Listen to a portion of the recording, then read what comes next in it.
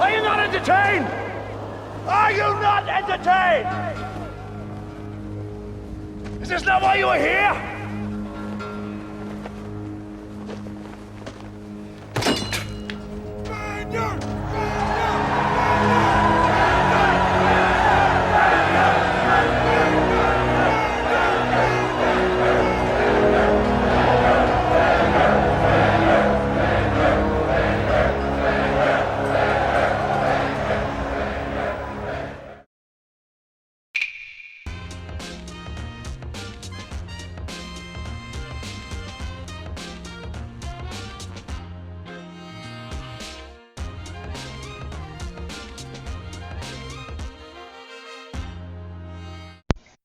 Hello people and welcome back to the Bad Blood podcast. I've got another good one for you today. It's a bit of a continuation from the last one. It's Christian Roberts from Spartan BKB. Nearly choked there, sorry, excuse me. We're going to continue from the last one that we did.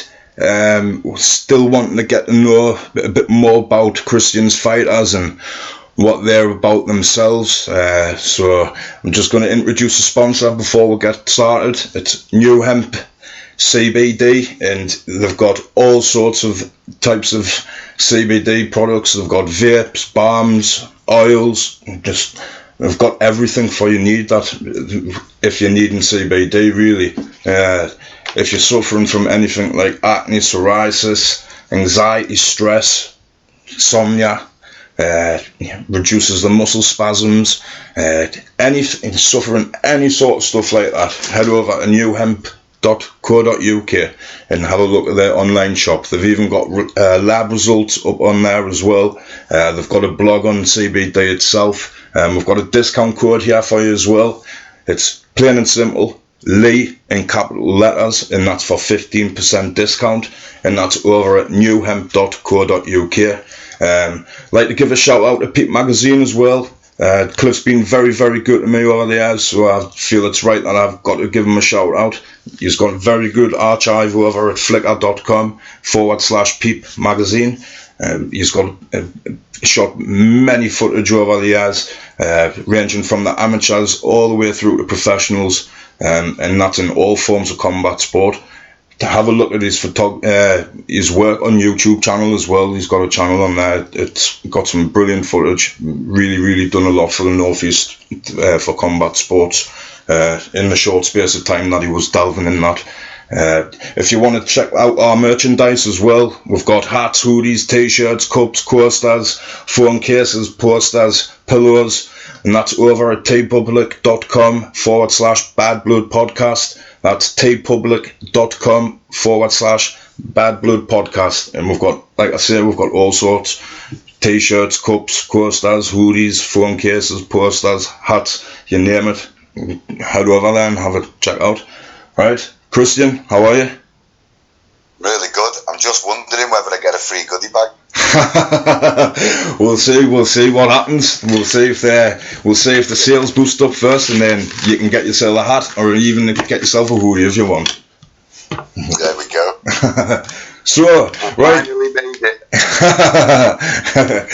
Right, from a bit of a obviously continuation from the last one. What I was wanting to get to know more about is I want to talk a little bit more in depth of like the divisions in your promotional company. When we were going through them the last time, obviously we had to condense it down a little bit because we were running short of time.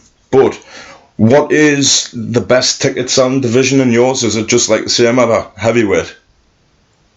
I mean, obviously there's always, at any show, doesn't matter if it's gloved or bare knuckle or it's MMA, I mean, there's always a big thrill about the big boys getting in, isn't there? Oh, definitely.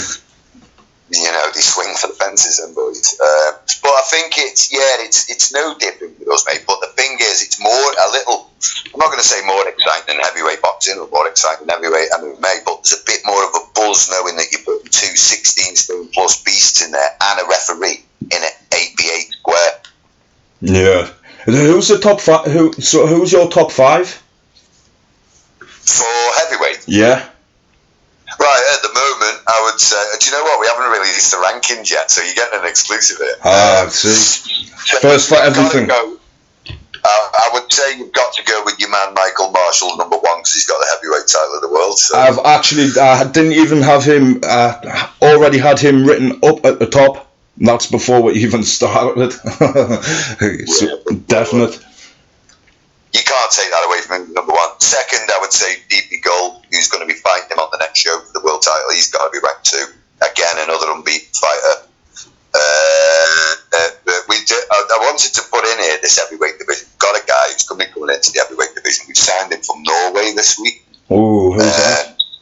Stanley the Viking. He looked a bit of a handful out, so it should tie things up nicely. This is what we wanted. So I'd say Marshall, Gold. I'd say Corey Harrison's got to be up there, really good scrapper. And then you're falling into your John Hutton's, the British heavyweight champion. I mean, it's 6'4", 6'5", and about 23 stone. I've seen that guy. That man is a man mountain.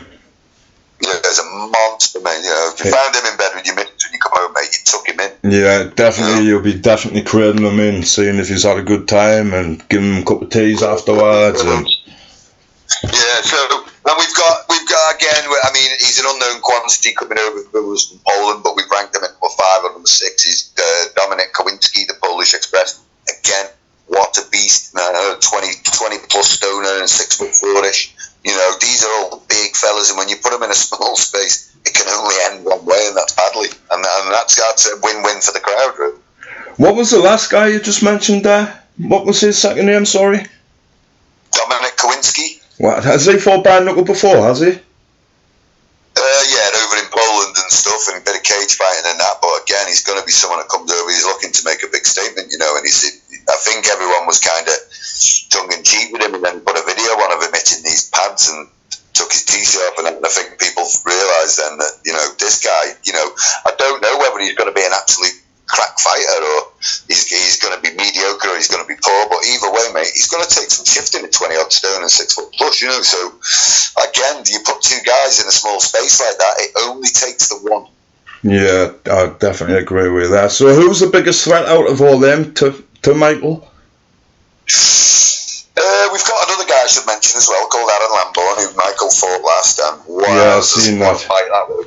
You know, so he's in there. We can't take it out. I'd say the biggest threat to Michael right now would be Stevie Gold or Corey Harrison. Very, very good fighters, both from big heavyweight, big, fit, strong heavyweight. So there is. They do say, don't they, there's no easy title fight in BKB, but there's no easy fight in BKB, to be fair. Yeah, I agree with that. Definitely, it is a very, very, very. It's a hard sport. Definitely agree with you on that. I've seen fights where I could have been sitting in the audience with yourself, and I'd have said, who's going to win this fight? And probably one of the guys has landed a punch for 2 rounds and looks like the elephant man, and you'll put your mortgage on that guy losing. He'll come out next round, and one shot changes everything. You know? Yeah, definitely. So, is anything? How you got? Obviously, for Dominik, how you got a plan for him? Yeah, I mean, he'll come over. I'll match him accordingly with someone else having their first BKB. I think he's had one BKB, so we'll match him with someone who's had a bit of gloved experience or cage experience, and we'll put them in and we'll see how he rolls. I mean, like I say, we touched on last time about the job. Well, you said it's a really skilled art, matchmaking, and you know that art is made harder if you haven't seen the person fight. So it's going to be a trial and error, but I'll put him in with someone a little bit tasty and take a bit of a bang, and we'll see where we go with it. You know, if he walks through that test easily enough, then it's fair to say that he can be stepped up a couple of levels. You know? Yeah, you did say about, like we did touch upon on the last one, the matchmaking. People think that it's just a simple process, looking at that fighter, this fighter. No, you literally are. It has to be really, really, really thought out and planned, to be brutally honest. You're dealing with people's lives, aren't you, to be fair? Yeah. And I wanted to touch on this without naming names, but you see some other promoters and you see them put these fights together. Like a couple of our lads have left and gone to a different promotion now, and with the greatest respect to them lads, we love them at Spartan, and we still do love them. But they've decided to cross the road and go to the thing. The thing that worries me is these promoters that signed up are taking them out of the pit and putting them in a boxing ring now. The reason them lads were in the pit to begin with is because they don't like to fight in the ring, but they've chosen to go over.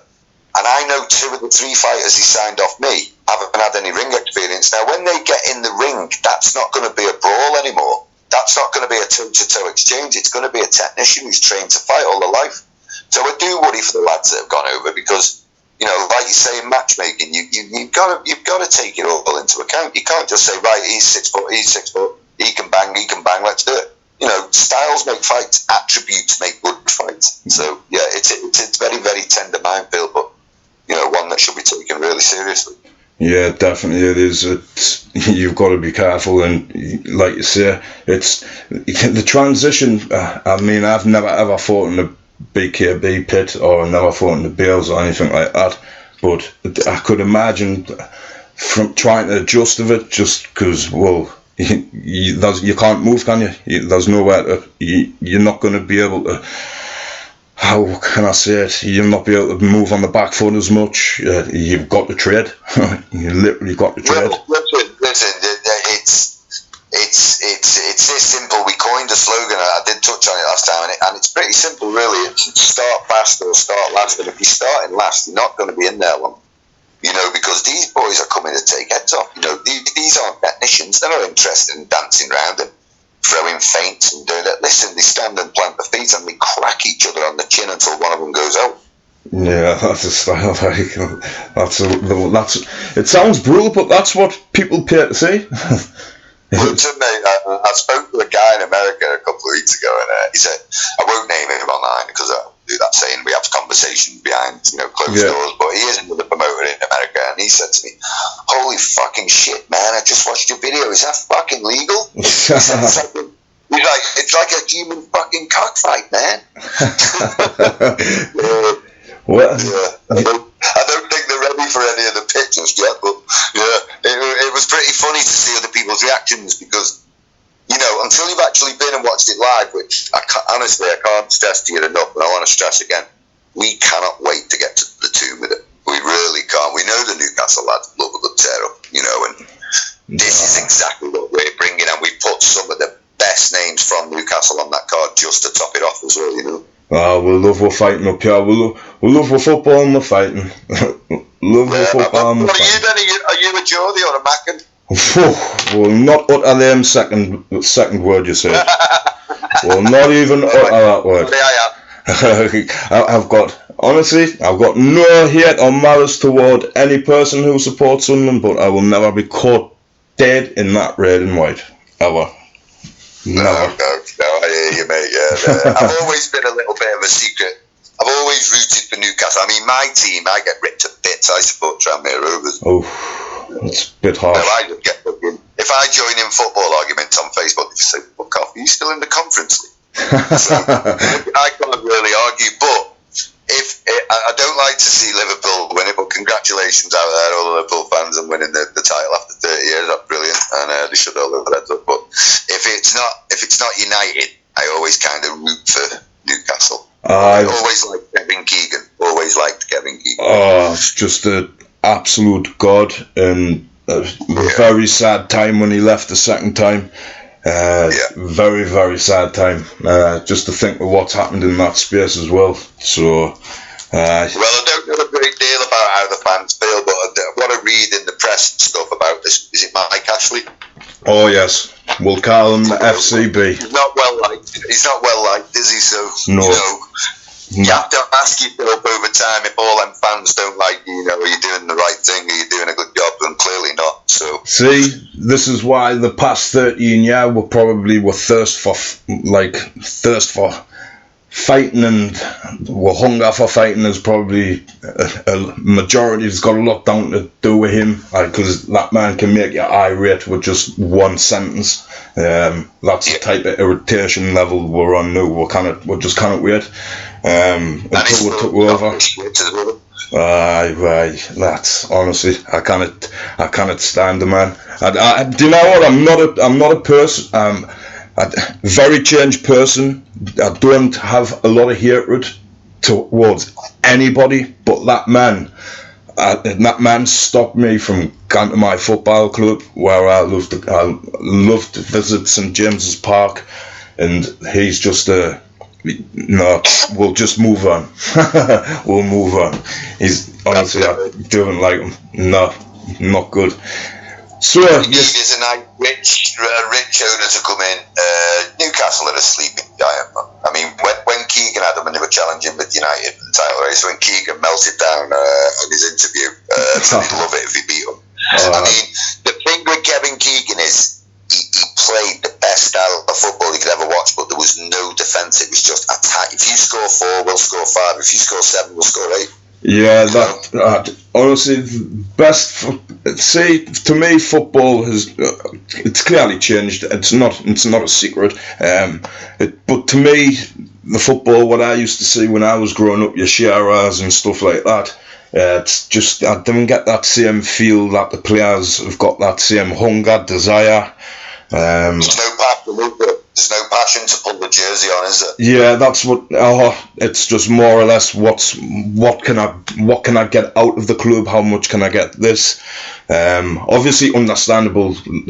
Money makes the world go around. We all want the best deal, but you would expect if they were getting that type of money to at least play with a bit of passion and, you know. Just... Well, I read an interesting quote online the other day by a former boxer, Mike Tyson.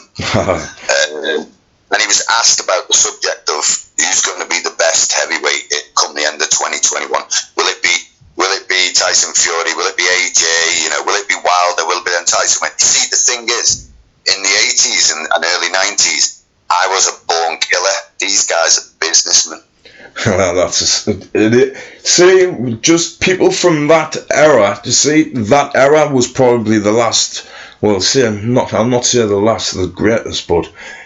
Do you know, like, you're just tough, rugged, like your 80s boxers, just tough men. In the 90s we were spoiled because in the heavyweight division we had Tyson, Holyfield, Lewis, we had them all. In the middleweight division you had Ben, Eubank, Collin. Listen, mate, it's all gone. Definitely, 100%. I mean, me as a huge boxing fan and being, like, working in the industry, I was striving and hoping when Macklin,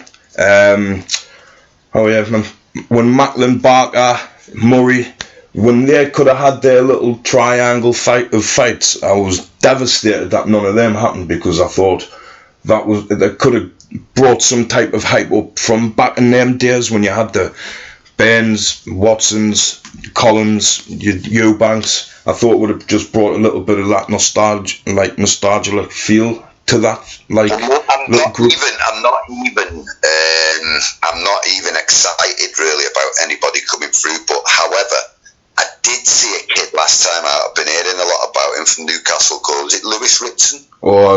He's a fighter. He is, by the way. Very, very, very, very good fighter. Really, really good fighter. We've got some excellent fighters coming through, but.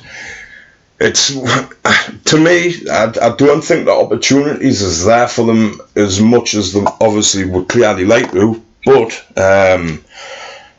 Lewis is a really, really good fighter. We've got another guy from over in Sunderland. It's Josh Kelly. He's a fantastic boxer as well. He's absolutely brilliant. He's with Adam Booth. He's really, really good. I've not seen anything of him yet, but I've seen Ritson's last fight against the Scouse lad. Robbie Davis Jr. Yeah, mate, Ritson, he's a different level, Ritson. He's a different level from him. See, when he fought for the European title, yes, I don't know if he was expecting to just go in there and steamroll him again, but that, to me, something was off that night with Lewis. I would like to see him get that fight back, but yeah, I really do. I think Lewis's style. Well, he gets called the Geordie Golovkin. No, listen, he's heavy-handed, he's accurate, he's fast. Listen, he's got the attributes, he's got the grit, and he's going to be a big star in the future. He's got a really good pedigree as well. He's done really well in the amateurs for himself as well. He boxed on with any fighter, isn't it, really? Yeah, definite. I don't think he was as successful as some of for instance, Brad Saunders, how he had a very flourishing amateur career. I don't think he was anywhere near that level, but he did have a very good, successful amateur career, Lewis. Really good fighter. I was tracking another fella from the northeast. I can't rightly remember his name now. Travis. Was it Travis Dickinson? Oh, Travis. Yes. Actually. Off the radar. I hadn't seen him for a long time, but I was tracking his progress, and he looked a really tasty fighter. I had the pleasure of meeting both him and John Lewis when I had my only amateur fight. I had a fight through at Berkeley Boxing Club, and well, it wasn't actually at Berkeley Boxing Club, but I fought a guy from there. It was at the Lancastrian Suite. It was a good night. I ended up stopping the kid in the second round. I ended up saying, as I was coming down the steps out of the ring, I ended up seeing Travis and Lewis, John Lewis there. So I ended up grabbing his autograph. But I actually ended up later on, years later, I ended up interviewing John Lewis Dickinson for Boxing Pulse, the old magazine that I used to work for. He's a really nice lad. Really, really, really nice lad. I do believe Travis was meant to make the transition over to BKB, but I didn't hear nothing else after that. Well, that's why I was checking him out. I heard he was going to have a go, and I looked at his style and that. God, he's made for it. But yeah, I kind of lost touch, and I haven't really heard anything of him for the last year or two, so I don't know what's happened there, but if he's listening to the podcast, there's always a chance to jump in the pit, mate. I was just about to say, I was just going to bring you back into the pit. What else is what other division would you say is the best ticket seller? I'd say at the moment, with us being the only company doing it, there isn't. I don't think I've seen one or two. I'm not going to say, because I would never disrespect the fighter. Anyone who climbs over the ropes, into the cage, into the pit, mate, got balls of steel. No, definitely 1,000%. Over the 100 odd fights, I've only seen 3 or 4 that have been like, they finished, and I thought, what, I paid all that money for that? Yeah. But I think there's only been a handful of those, mate. I think the best divisions at the moment, the light heavyweight division, you got Marty Barnes, mate. I'm telling you, this kid's destructive. Richard Ben, you've got Josh Fisher, world light heavyweight champion. You've got some really, really tough kids in that division. The heavyweight division, we probably, and I'll stand by these words, and if anyone can prove me wrong in the BKB world, bring it. I believe we've got the best heavyweight division right now in BKB bar anybody. Yeah, that's a bold and brash statement. Bold and brash. I'm telling you, these lads that we've got, and I'm adding all the time, like I say, the kid from Norway. I'm going to add 2 more signings this week. I'm going to add a Russian and another Pole to the heavyweight division as well. Oh. Just starting to bulk up the heavyweight division now, ready to do this Ultimate Pit Fighter in January. So I've got enough heavyweights to put in that house, Yeah, I cannot wait for that to see that. That is going to be very good watch, that. It'll be decent. But yeah, I mean, to go back to what you're saying, there's a bit of a buzz about there's a collision course coming with Tony Meehan, who's the world lightweight champion right now. He's 3 fights, 3 wins, 3 stoppages. Can I just give a shout out to Tony, because he's followed on all of the platforms, and I'd just like to say I've been watching some of his YouTube videos. So Tony, if you're listening, keep up the good work, mate. I've seen you training on doing your stuff. Keep it up, mate. Yeah, well, that's the thing. He's going to fight TJ Henry in the next show, and that's going to be a brutal fight too, by the way. Who was that again? Sorry. Pardon? Who was that again? Sorry, Christian. Tony Meehan will defend his world lightweight title on on Spartan 7 against TJ Henry, who's ranked number 2 at the moment in the lightweight division. You got ranked number 3. You've got Robbie Anderson ranked 2. There's a real big buzz at the moment that if Tony comes to do this fight, okay, it goes on and he will meet Robbie Adamson for the world title on Spartan 8, and that is a fight that everybody's waiting to see. So that's on Spartan 7, I've got to say, your man Michael Marshall is fighting Stevie Gold, and the whole of Britain are waiting for that fight. Yeah, I can't wait for that. I'm not going to lie, I haven't seen much of Stevie Gold, but I like Michael's fighting style. I like his tenacity, and another reason.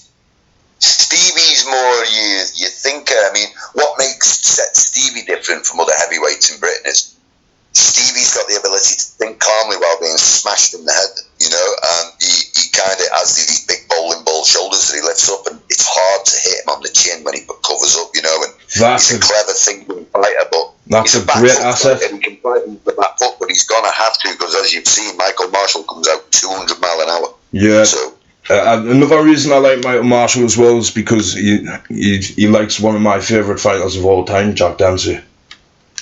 Yeah, I'm a big fan of Dempsey. Absolutely brilliant. Not my favourite of all time. My favourites of all time are Chris Eubank. Influenced me quite a lot as a kid, and seeing him while I was reading his book on the seafront, getting to sign it was a bigger.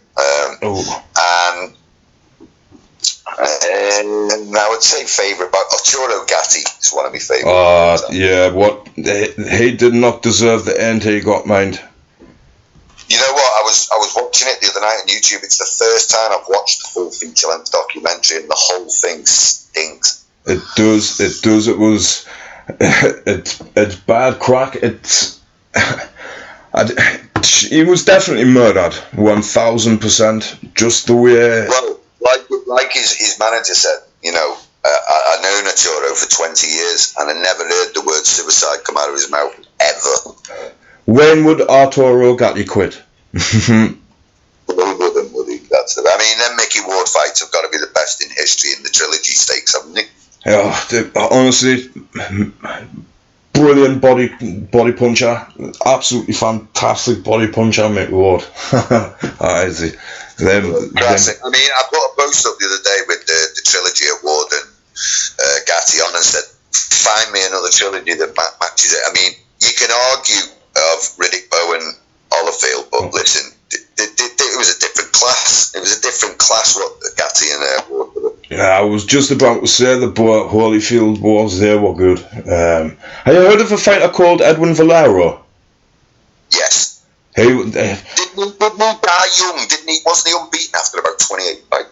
He was unbeaten, but he was years prior. He was in a motorcycle accident, and he had a really, really bad fractured skull, so he had metal plating. Now, we don't know if this is what caused him to have these sporadic outbursts and stuff like that, but he ended up killing his missus and then taking his own life in jail. That's it. I did. It was only about 2 weeks ago that I actually fell across him. I was watching a bit about him. I couldn't remember whether he died or I remember now. Yeah, but I know he was unbeaten, and he would have been a world star, wouldn't he? If you have a look if you type in, when you've got 5-10 minutes, type in Max Boxing on YouTube, Edwin Valero, and you will see him manhandle Morales, them all in sparring. The man was so heavy-handed. What a talent he was. It was ridiculous. He touted to fight Manny Pacquiao because they were both promoted by Bob Arum. But unfortunately that never come to fruition. As well, the Pacquiao and Floyd Mayweather fight was going back to what we were saying before about disappointing fights in the pit. That's got to be one of the most disappointing fights of all time, in my opinion. It was very, very, very disappointing, but me at the time I was devastated because I'm a huge Pacquiao fan. I love boxing. I don't shit on hate and no boxer, but I am going to be brutally honest. Every time Mayweather fought, I did want him to get beat. But what could we all expect from that fight? Because Mayweather just done his thing. Yeah, the thing is, Mayweather people slate him, and I'm one of them, because I'm a firm believer he calls himself the best ever. Now, the best ever, in my opinion, was Muhammad Ali. Now, that wasn't because of anything other than his fighting style. He was an entertainer. When you bought a ticket to watch Muhammad Ali, you were entertained. Now, turning up and doing just enough and staying out of harm's way and just winning by the odd point here and there, to me, is an entertainment. It's fucking boring. Yeah. So, on them grounds alone, I wouldn't call Floyd Mayweather the best ever. On his record, you would have to put him up there. And on his achievements in his weight divisions and different belts, you'd have to put him up there. But for entertainment value alone, no, it's not my bag. Yeah, I like Pretty Boy Floyd over Money Mayweather. I think Mayweather in his early days was absolutely sensational, phenomenal talent. But yeah, it's entertainment value with 0 to none. People paid basically near the end of his career to see him get beat, if we're going to be brutally honest. Again, styles make fights, and I believe you only see the best of a fighter when a style comes up against him that he struggles with. Now, with Floyd Mayweather, when he fought Pacquiao, we watched him for years. They were both past the best, in my opinion, so he knew he had to stand off and just weather the storm. With Ricky Hatton, you seen the best of Floyd Mayweather because he was being attacked with no rest. Yeah, definitely. Like the Castillo fight. I mean, I know people, a lot of people. He lost that first one. Yeah, I was just about to say that. A lot of people say that Floyd got beaten that first one. I would have to go and rewatch the fight over again, but I think I think he lost it by a point. I was just about to say that if I remember correctly, I had it either a point or two for Floyd, but I'd have to rewatch the beginning of the fight because I didn't pay great attention to the earlier rounds, which was while main stuff was happening. So I remember him getting beat in the Olympics, and that was a fucking disgrace, really. I'm trying to think of that guy's bloody name, because he was doing the rounds on Twitter the other day, like the last man to beat Floyd Mayweather. It's some something or something. Wasn't he a Korean or something? He was from Bulgaria. I'm sure he was something of. Let's get this right.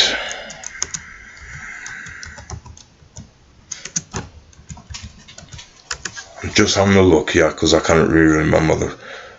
Right, it was by the power of Google.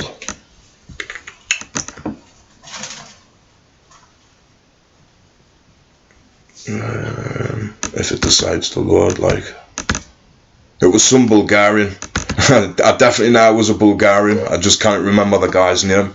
It was the same way. I remember is he never landed a fucking glove on Mayweather all through the fight and still won. It was the same as the Roy Jones Jr. semi-final. The semi-final. That's who I'm on about, not Floyd Mayweather. I'm on about Roy Jones Jr. at the Olympics in Seoul. That was disgusting, that. It was just... It's still the worst decision I've ever seen in a boxing ring.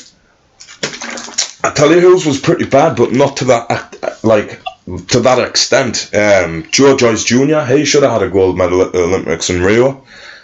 Yes, he should as well. And I'll tell you another one as well. Now, he used to be a friend of mine until he went and worked for the enemy. But I had a friend called Robin Reed. And I still say to this day, he fucking beat Calzaghe. I'm quite a big fan of Robin Reed, to be brutally honest. I am. Yeah. Mate, he was a point behind with 3 rounds to go and boxed his ears off for 3 rounds and lost. Calzaghe's been in a couple of them.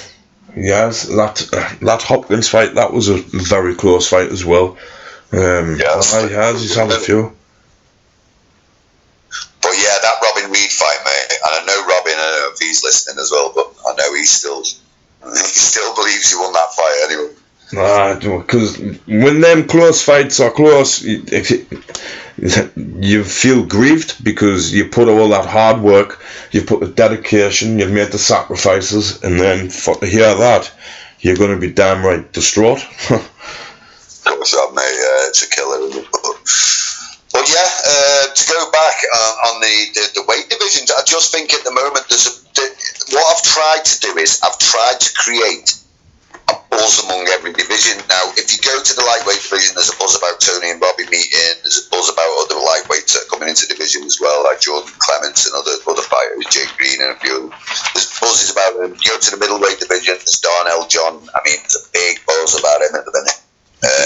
Again, 2 fights, 2 wins. There is only 2 fights to date, and the 2 people he's beat are seasoned pros in the bare knuckle, and he stopped them both quick. Who is your most? So he's fighting for the world title next show as well. Because you said he's a brother, he's got a brother who's fights as well. He holds the British title. His name's Dewan John, and we've got his older brother who's European going for the world. Now, I think that the plan is for Darnell is he's going to capture the world title, probably defend it once while his brother tries to capture the European. Oh, right. And I think then Darnell will then move up. I mean, it's a crazy story, Darnell. He walks around at about 15 stone and he fights at 12 to 13 stone. Bloody hell. It's crazy. So when he gets in, he's got the power of maybe a light heavyweight, and he's cracking folk at 12 and a half, 13 stone, and they're feeling it, So, like I said, I think he'll win the world title, try and win the world title. If he wins it, he'll probably defend it once, and his brother's creeping up behind him. Obviously, we are going to keep those 2 separate. You don't want to see brothers fight any sport. Nah, that's a good, it's still a good plug. That's still a good selling point, marketing point. That having 2 brothers as champions. Well, that's it, and then you go to the super middleweight division, and you've got Jamie Henry, who's fighting for the world title next. He's been British champion again. He's 3 or 4 fights, all 4 knockouts as well. And he's going to be fighting Jacob Williams, who you guys watched against Robbie Adamson. Yeah. That was, by the way, both got broke jaws in the first round. Both have come out in the second round. I need to get into the first round. What weight's this again? Sorry, Christian. That'll be at super middleweight, and then, like I said, we touched on the light heavies. The only division that I'm struggling with at the moment is cruiserweight. So if there's any 15 to 16 stoners out there that fancy jumping in an 88 pit and absolutely fly or die, get in touch, man. And where can they get in touch with you, Christian? Facebook, Spartan BKB Fight Club, or Christian Roberts on Facebook. You'll see the Spartan badges, my picture. Any of those outlets, Instagram, Christian Roberts 29, inbox that, I'll be cool. Anybody fancies it, we can kind of put you on the new blood shows, have a look at you, and then put you on the big shows if you're good enough, but that is definitely a division we really struggle with. Moving back onto the super middleweights, you said you've got, is it Jamie Hendry against Jacob Williams? What's the other contenders in that division? We've got Frankie Smith, very good fighter. He's ranked number 2. He's injured at the minute and he's out, so number 3 fights number 1. How many fights has he had? That's the other thing as well in any weight division when you come to a Spartan show. We've got 2 front runners emerging. There's no fucking about. There's no politics. You get in and you dust it up, see who's the best. Yeah, plain that's and simple. it. So yeah, there's some Reese Roadhouse. There's a few really big names. The super middleweight division, the lightweight division, the middleweight, the light heavy, and the heavy are all buzzing. They've all full of talent and they've all full of competition as well. Who's your most experienced fighter out of all the divisions? Experience, Gary Governor Furby. Yeah. And is Gary going to make is he going to make a solid comeback? He's going to go the belt at some given point in the future. We don't really know because Gary's had more retirements than a lot. But we'll see how he feels. But as inexperienced fighters, we're a pretty new company. We've took fighters on, but there isn't many fighters with us who've had bare knuckle before, especially in a pit. Right. Of course, we've had fighters who fought in ring BKB and stuff like that, but I would say the most experienced BKB fighters we've got right now, obviously Michael Marshall being a traveller, has had a lot of bare knuckle fights, and obviously Stevie Gold has fought at Raging Bull, he's fought at BKB TM, and he's fought for us, and all different companies, so he's had quite a few bare knuckle as well, so they're pretty much the most experienced ones we've got at the moment. Right, cool. So, is there any plans for the guy? Sorry, I'm just going back here. your new guy, Dominic. Yeah. Is it going to be literally a fight to get him in, then head for the title, or we're talking 2-3 fights away, or we're going to try and get him in for a British title? Everybody's at a different level, so I'll probably bring him over, and I'll probably put him in with a guy who's had one, or maybe having his first as well. I mean, we've seen him on the pads, we've seen him hitting the bags, and listen, he's a fucking brute, but the pads and the bags don't punch it in the fucking nose. Yeah, that's it. So, so we'll put him in the pit, and we'll put him in with someone who's had one, or maybe having the first, but maybe had a bit of gloved or cage experience, and we'll assess him. And you see, the thing is, we'll sit and watch him, and then I'll know then. Like, I've got other fighters who've had one fight, one win, and they've done it impressively. But that doesn't mean I've got to throw them in the top 5 and then start throwing them in the deep end, Yeah. I kind of like progressively step the lads up. And, like, for one instance, I've got a mate who lives in the same village as me in Cheshire, and his name's Tom Blakeman. Now, he had his first lightweight fight last time out, and he beat a guy who'd had 3 fights. So, right. When I matched him for the next show in Newcastle, and he said to me, how come you haven't stepped me up to like top 10 contender? I said, listen, mate, you need to be stepped up gradually. So last time you fought a guy who fights on the back foot and you beat him. This time I'm gonna match you with a guy who pushes you, who pushes you for full 3 rounds, and he's on the front foot looking to take your head off. And then once I've seen both sets of how you can fight, I can start stepping up in class slowly. So that, in the ideal scenario, that's what it'll be. But if the guy gets in and he's decapitating people, then he's going to have to get put straight in front of the queue, isn't he? Yeah, I agree with that. What's the shows after Newcastle?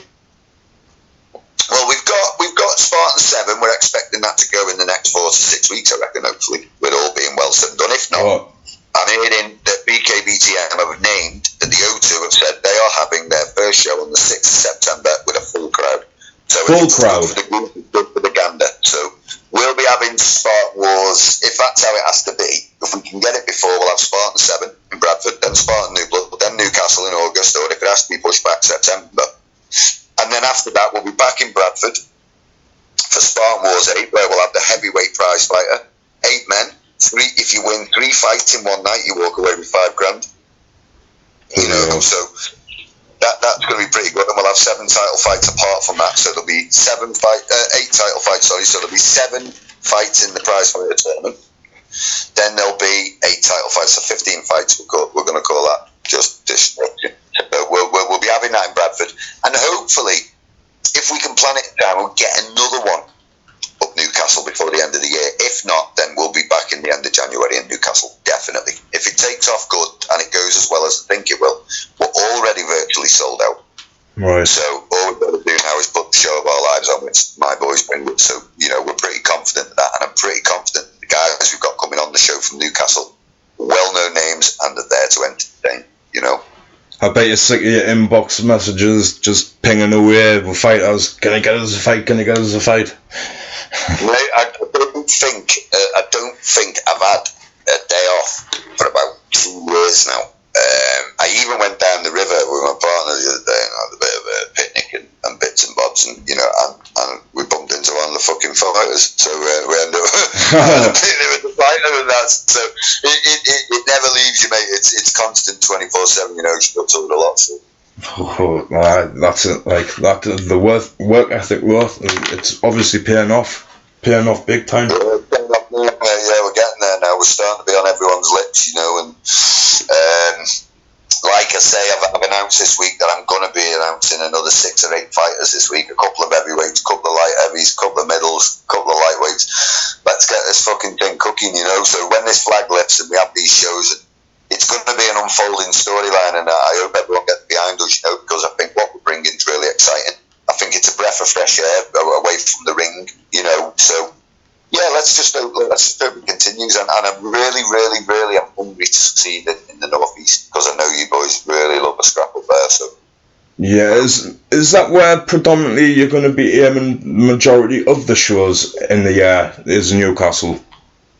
Well, the main shows are going to be Bradford. Main shows Bradford. But the Spartan Wars Tyneside, I own that company with Gary Furby. It's a spin-off of mine. Obviously, it's a franchise, but we're hoping to be having at least 4 or 5 shows a year up the Northeast.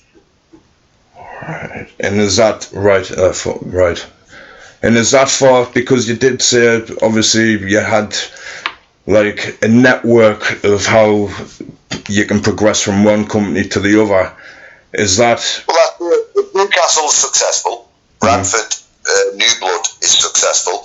Obviously, we're going to be opening the Midlands, London. You know, there's 4 branches. So if all them 4 are running successful next year, I will take the main show to each of those destinations to do my 4 shows for the year with the main professional signed fighters. So at least they get to see the main show once a year in all the 4 destinations.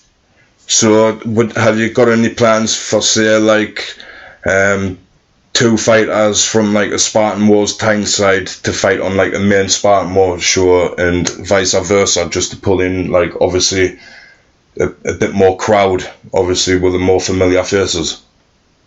I've just signed a huge name from Newcastle. I can't announce it yet because the contract doesn't come back, but when I put him on, people will start taking notice. What we're looking to do is the fighters in Newcastle, the fighters in Bradford, New Blood, the fighters in the Midlands eventually, and the fighters in London eventually, they will all fight on them shows, but the cream of the crop, and I will go to each show, and the guys who are doing the best and the guys who look like they are Mr. Pay-Per-View, they will get on the big time, mate. If you are good, if you fight good enough, you are on the good shows, and you will get the contract. They good shows. Newcastle's going to be fucking banging, but the main shows, I mean, that we're going to make professionals out of.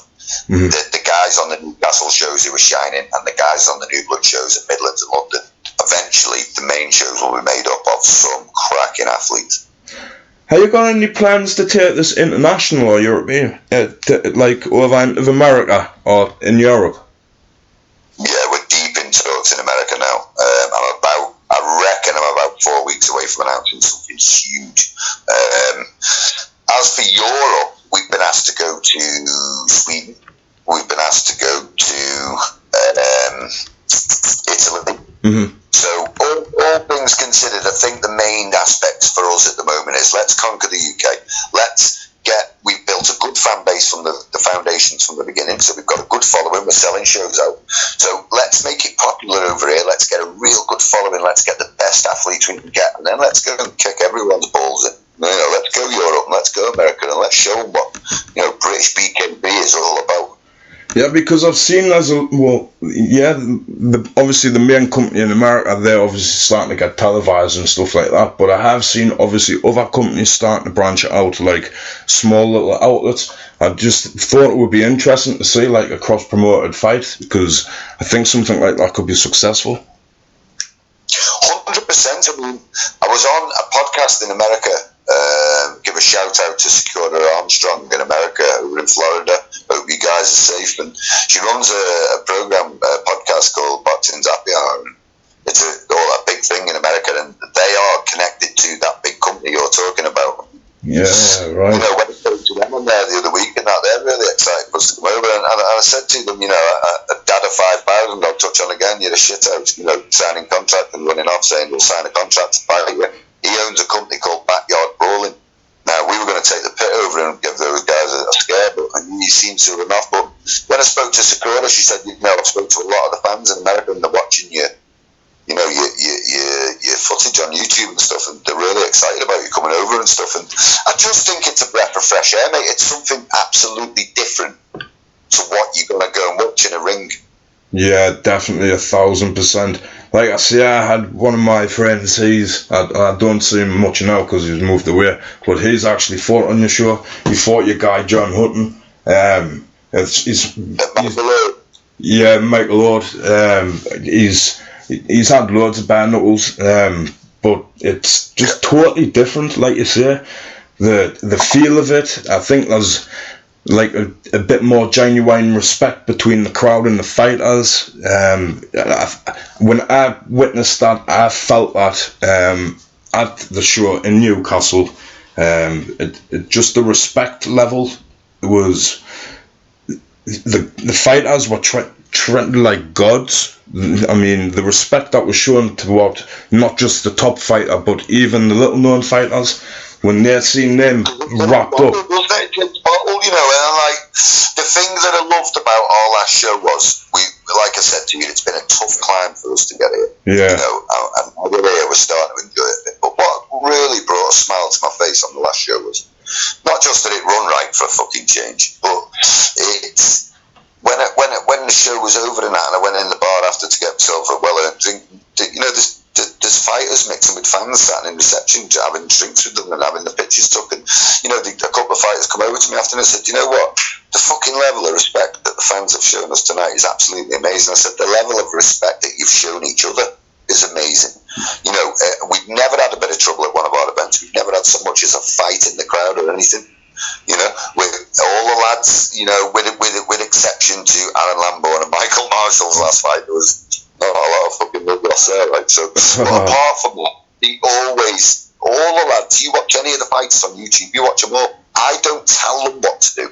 After the fight, they embrace the hug. You've just shared an experience that you're not going to share with many people, you know? Yeah, that's definitely it. Because, like I say, when I was, this was a few years ago. It was when it was in the B-Bad days. Just the level of respect that, like, experience from boxing show to the bare knuckle show. That's what I took away. It was like a little community. That's what it was. It was really crazy. It was mad. I've just never experienced anything like that since, respect-wise. And going back to what I said about Gary Fairman before, I mean, this week I've read in the press that there's a promoter out there, I won't name it, you know, because I'm not into that game, but a promoter out there named that, you know, he's sick of seeing people running around pretending to this and pretending to that, you know, and I think it was referring to the governor belt that we use. You know, I have stressed from day one, and I'd like to on this podcast again, to the people of concerns that the belt that we've got is not connected to the old governor belt of Roy Shaw and Lenny McLean and all them guys, which I've got huge respect for, and all them guys are tough, man. But we've done a different route. We've tried to find the toughest guy we can find, not just in Britain or London or Liverpool or up north. We're looking for the toughest guys in the fucking world, man, to come over and fight for that belt. So, you know, we want to base it on who's the toughest guy out there in the pit. Who is he? You know, and we don't mean to push anyone's nose out of joint by making the belt we made. It's Norman Buckland, the modern day governor, who made the belt. He wants it to be remembered in the game with this belt by his name, which Gary Furby had the honour of fighting for first and won royally, by the way. What a great performance. You know, and Gary's retired it, and now we'll wait. It won't go out willy-nilly every few months. Listen, the guys are going to have had a lot of fights, and they're going to have to improve themselves over time to get a shot at this belt. Gary will sit with that belt now for a long time, and then when someone's two worthy opponents come up who've put the service into the game and whatnot, we just believe our title should be about the king of the cobbles, you know, who's the hardest man on the road with the bare knuckles, not 10 ounce or 12 ounce gloves in a 12 boxing ring. That's all well and good and stuff, and we've got the utmost respect for that title and who's held it. But this is the real fucking world, man. This is bare knuckle. These guys are getting in here. They're hurting each other real bad, you know. And we just think there should be someone who's king of the pile at that, you know, apart from the world champion Michael Marshall. We just think that, you know, an open weight. Well, I'm bringing a new belt out, by the way. I've announced this week that I'm bringing a new belt out. It's going to be called the BMF belt, a Spartan BMF belt, and that's bad motherfucker. Now, you can have a lightweight fight and a heavyweight in that. No fucking bother. It's whoever the toughest man in that bells is, you know. So we brought that out as well, and we just think it creates a bit of interest. I mean, you know, we are meant to be the most brutal format, and that's what we're doing. Yeah, definitely spices things up. Yeah, back to the governor title, that it is a prestigious title, and a lot of people have claimed fame to the governor title. We respect all fighters from everywhere, and it would just be nice to see if regional governors, if they want to do a regional thing, like a Newcastle governor against, say, a Birmingham governor or Liverpool governor or whoever from that organisation. I think that would garner a lot of attention. Can we say on this podcast that if they're listening out there, we're not adverse to coming down to London to fight. You know, they're saying this, their governor belt's the real one, ours is fake. Ours isn't fake, it's new. You know, we're not claiming that it's Lenny McLean's or it was Roy Shaw's or Norman Buckland's meant to have that belt, but it's not Norman's Buckland belt we've invented. presented. It's a new Stormin Norman Buckland governor title for the pit. So, all jokes aside and stuff, I know that if there was a chance, I speak on his behalf, and I hope I'm saying the right thing. If I'm not, I'm sure he'll fucking correct me and clip me in the ear, but I'm sure Gary Kirby wouldn't mind going down to London and fighting the best they've got for the title. Yeah, that would be interesting to see that. That would be definitely interesting to see. There's no drama about it. If it's a fight that can be made, get in touch with me. We're all ears. Let's get a neutral venue halfway between London and the north. Let's get some neutral referee and some neutral judges, put them in there, and let's see how it fucking goes, isn't it? Yeah, that's basically how we're probably going to have to get this settled if things, because I would hate to, not to start crap, but it would be just interesting to see, like a little tournament type thing. Excuse, what were you saying there? Sorry, Christian. I agree with you 100%. There's no malice for me, and there's no, look at my belt's better than you. It's not connected to it. It's a different belt, and I wouldn't put Gary's belt up because they wouldn't be fighting bare knuckle. If they were fighting for the other version, then it would be gloved, obviously. So, you can't let Gary lose his bare knuckle governor title, in gloves. Just the way that, if Gary's going to put gloves on, then Gary's going to go down and fight for that belt. If he put the gloves on and he chose to, then he'd go down and put the gloves on and fight for that belt and see where he went. Now, if they wanted the belt off Gary, then I'm sure that, I would be insisting that they took the fucking wraps off and got in there and had a proper scrap. The real way.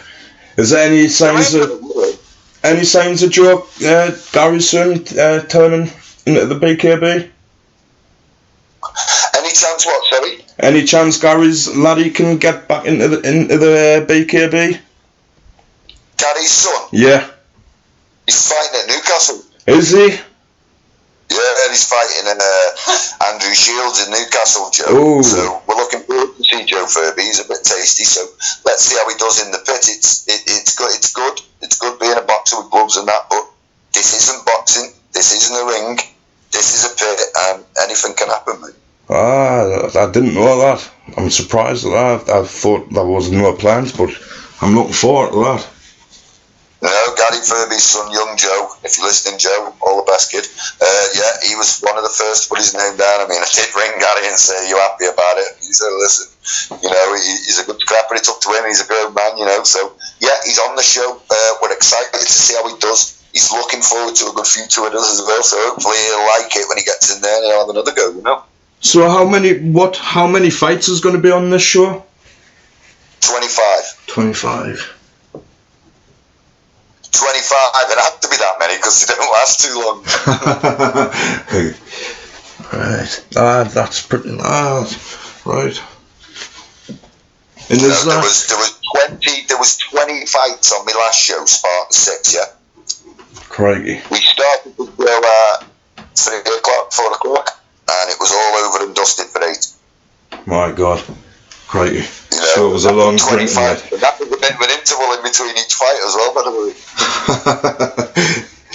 Well, right, Christian, I think we've pretty much nailed everything that I've wanted to get out. Do you want to plug anything else? Do you want to mention any sponsors? Yeah, I want to give a shout out to all of my sponsors, which I really struggle with listing them, but we've got Ecotech Systems, we've got Scott West Shellfish, we've got Pay Me Snapback Caps, we've got Pixie Entertainment, we've got the Governor Sports and Nutrition, we've got Unca Sports, who do a few bits and bobs there, you get the fucking gist. But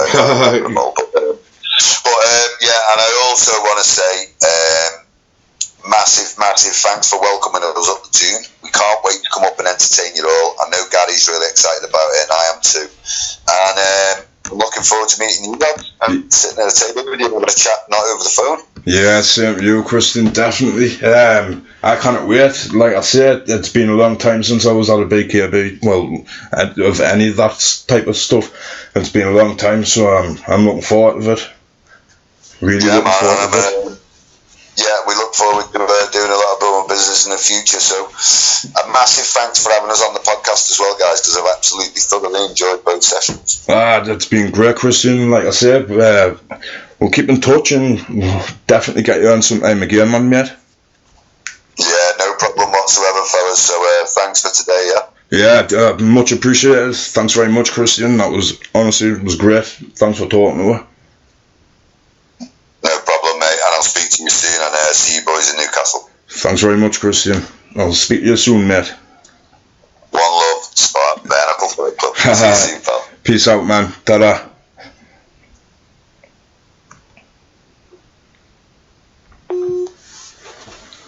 That was Christian Roberts, ladies and gentlemen, from Spartan Pit Fighting. What can we say? Interesting guy. Got a lot of plans ahead for his company. Very enthusiastic about his fight as promoters are, but he seems to genuinely care about each and every one of them. Just like to give another shout out to the sponsors again. New Hemp CBD, oils, vapes, balms, all sorts for anything needing CBD. If you suffer arthritis, chronic pain, chronic nerve pain, anything like that, CBD is great for. Like I said, I can't make us take it, but I would recommend it very highly. newhemp.co.uk is the website, sorry. They've got an online shop. They've got lab results from the CBD, scientific studies and stuff like that. They've even got a blog on CBD of how it's helped people and given them a greater quality of life. And I've got a discount code here for you, 15% discount. Plain and simple, Lee, block capital letters, and that's for 15% discount, and that's at newhemp.co.uk. Another shout out to Peep Magazine. Head over to their website, peepmagazine.co.uk, photography archive on Flickr, flickr.com/Peep Magazine. Check out the YouTube channel as well. Great footage over the years. Like I say, amateur, professional, you name it, they've done it. We've also got our merchandise for the Bad Blood podcast. That's over at tpublic.com/Bad Blood podcast. We've got hats, hoodies, t-shirts, cups, coasters, phone cases, posters, pillars, you name it. Run out of breath. That's over at tpublic.com and /Bad Blood podcast. Head over there and check out the merch. See if there's anything you like. Again, I'd just like to give a massive thank you to Christian for taking the time out to speak to again. We had a wounded soldier. Matty wasn't here, but he was in spirit. Just joking, Matty. I hope you're keeping alright. We'll see you sometime next week. We'll have Matty on the podcast again. Hopefully get another fine guest on. What can I say? That's it, people. Thanks very much. Bye.